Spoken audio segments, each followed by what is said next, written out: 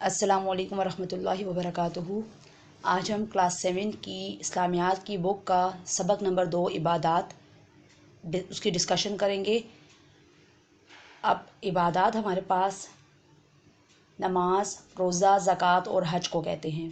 इनको अरकान इस्लाम भी कहा जाता है, यानी पिलर्स ऑफ इस्लाम भी कहा जाता है। इबादत अरबी ज़बान के लफ्ज़ अब्द से निकला है, जिसके मायने बंदगी यानी इबादत, अतात यानी फरमाबरदारी और तामील हुक्म यानी हुक्म पूरा करने के हैं। और इसका एक ख़ास मफ़हूम ये है कि किसी से मुराद यानी अल्लाह ताला की बरतरी को, बड़ाई को तस्लीम करके इसके मुकाबले में अपनी तमाम तर आज़ादी और इख्तियारात को छोड़ देना और अल्लाह ताला के सामने अपना सर झुका देना, इसको इबादत कहते हैं। इस्लाम में इबादत का मफ़हूम ये है कि अल्लाह ताला को अपना रब मानकर उसकी इबादत और उसकी अताअत की जाए। तकलीफ़ और मुसीबत के वक्त अल्लाह ताला ही से मदद मांगी जाए। अल्लाह ताला की नेमतों और मेहरबानियों को कबूल किया जाए और दिलो जान और शौक़ मोहब्बत से इसके हर हुक्म को पूरा किया जाए। पूरा कैसे किया जाए? नबी करीम सल्लल्लाहु अलैहि वसल्लम के बताए हुए तरीक़ों के मुताबिक पूरा किया जाए।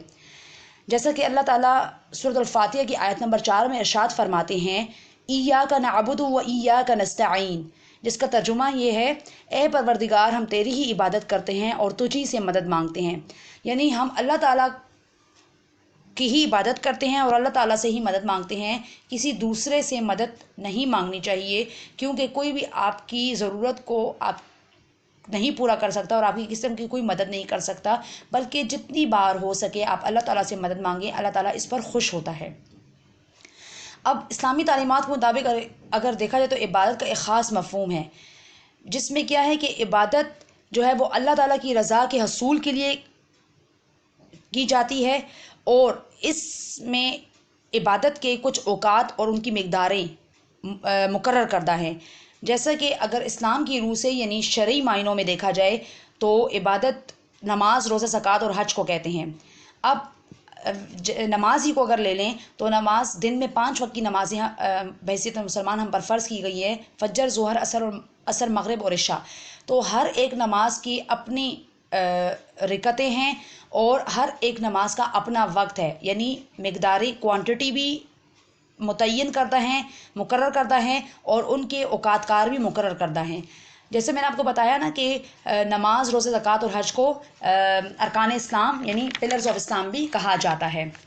अब इसके अलावा इबादत का एक और मफ़हूम ये है कि इबादत हर उस अमल को कहा जाता है जो अल्लाह ताला की रज़ा के लिए रसूलुल्लाह सल्लल्लाहु अलैहि वसल्लम की पैरवी में किया जाए, यानी उनकी अताअत में किया जाए। इससे मालूम होता है कि एक मुसलमान हर अमल को जो रसूलुल्लाह सल्लल्लाहु अलैहि वसल्लम के बताए हुए तरीक़ों के मुताबिक हो, इबादत का नाम दिया जाता है। और इससे ये भी मालूम होता है कि इबादत एक मुसलमान की तमाम ज़िंदगी को घेरे में लिए हुए है। इसकी ज़िंदगी का हर लम्हा अल्लाह ताला की रज़ा के लिए होता है। जैसा कि अल्लाह ताला सूरत अल-इनआम की आयत नंबर 162 में इरशाद फरमाते हैं, कुल इन्ना स्वलाती व नुसुकी व महयाया व ममाती लिल्लाहि रब्बिल आलमीन। तर्जुमा है, कह दो कि मेरी नमाज और मेरी इबादत और मेरा जीना और मेरा मरना अल्लाह रब्बुल आलमीन के लिए है। यानी हमारी नमाज, हमारी इबादतें, हमारा जीना और मरना सब का सब कुछ क्या है? अल्लाह ताला ही के लिए होना चाहिए। यही वजह है कि कुरान मजीद में बताया गया है कि अल्लाह ताला ने एक इंसान को अपनी बंदगी के लिए और इबादत के लिए पैदा किया है। अल्लाह ताला इरशाद फरमाता है सूरत अज़-ज़ारियात की आयत नंबर 56 में, वमा खलक़तुल जिन्ना वल इंसा इल्ला लियअबुदून, जिसका तर्जुमा है, और मैंने जिनों और इंसानों को इसलिए पैदा किया है कि वो मेरी इबादत करें। यानी जिनों और इंसानों को अल्लाह ताला ने अपनी इबादत करने के लिए पैदा किया हुआ है। फ़रिश्ते अल्लाह ताला के हुक्म के ताबे हैं, वो अल्लाह ताला की ही बात मानते हैं और अल्लाह ताला का ही हुक्म मानते हैं और इंसानों को अल्लाह ताला ने इख्तियार दिया हुआ है। अब हर इंसान की अपनी मर्ज़ी, चाहे वो अच्छा रास्ता चुने या बुरा। अब अगर अच्छा रास्ता चुनेगा तो दुनिया में भी कामयाबी हासिल कर लेगा और आखिरत में भी कामयाबी हासिल कर लेगा। مختصر یہ کہ قرآن و سنت کی روشنی میں عبادات کے 3 پہلو ہیں، یعنی 3 پارٹس ہم جس کو کہہ سکتے ہیں، جن میں سب سے پہلا جو ہے وہ اللہ تعالیٰ کی رضا حاصل کرنا۔ اللہ تعالیٰ کی رضا کیسے حاصل کریں گے؟ کہ رسول اللہ صلی اللہ علیہ وآلہ وسلم کے بتائے ہوئے طریقے پر چلیں گے، یعنی رسول اللہ صلی اللہ علیہ وآلہ وسلم کی اطاعت کریں گے۔ جب رسول کی اطاعت کریں گے تو رسول کی اطاعت میں ہی اللہ کی اطاعت ہے، تو اس سے اللہ تعالیٰ راضی ہو جائے گا اور اس سے ہمیں اللہ تعالیٰ کی رضا حاصل ہو جائے گی۔ دوسرا ہے حقوق اللہ، یعنی عبادت کا دوسرا پہلو ہے حقوق اللہ، یعنی اللہ تعالیٰ کے حقوق، جس میں ہمارے پاس نماز، روزہ، زکوٰۃ اور حج آ جاتا ہے، یہ حقوق اللہ کہلاتے ہیں۔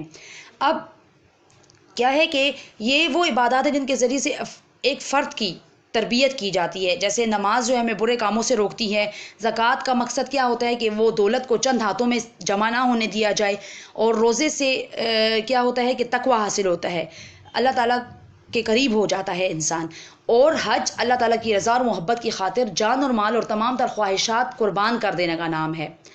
اب عبادت کے اگر تیسرے پہلو کو ہم دیکھیں تو وہ حقوق العباد سے ریلیٹڈ ہے۔ اب کیا ہے حقوق العباد میں نبی پاک صلی اللہ علیہ وآلہ وسلم کا حق آ جاتا ہے، والدین کے حقوق آ جاتے ہیں، والدین کے حقوق اس طرح سے ان کی خدمت کر کے جانی اور مالی قربانی دے کر ان کا حق ہم ادا کر سکتے ہیں۔ نبی پاک کا حق کیسے ادا کریں گے کہ نبی پاک صلی اللہ علیہ وآلہ وسلم کی سنتوں پر عمل کریں گے، ان کے بتائے ہوئے طریقوں پر چلیں گے تو وہ حق ادا ہو جائے گا۔ اسی طرح اولاد کا حق آ جاتا ہے، اسی طرح انسان کا اپنی جان پر اپنا حق بھی ہوتا ہے، یعنی اللہ تعالیٰ نے جو ہمیں نعمتیں دی ہیں وہ ہم اپنی جان پر استعمال کریں گے تو اس کا مطلب ہے ہم اپنی جان کا حق ادا کر رہے ہیں۔ اور اس طریقے سے کیا ہے کہ اللہ تعالیٰ نے ہمیں حقوق العباد میں لوگوں کے ساتھ حسن سلوک کی، اچھے سلوک کی تاکید کی ہے۔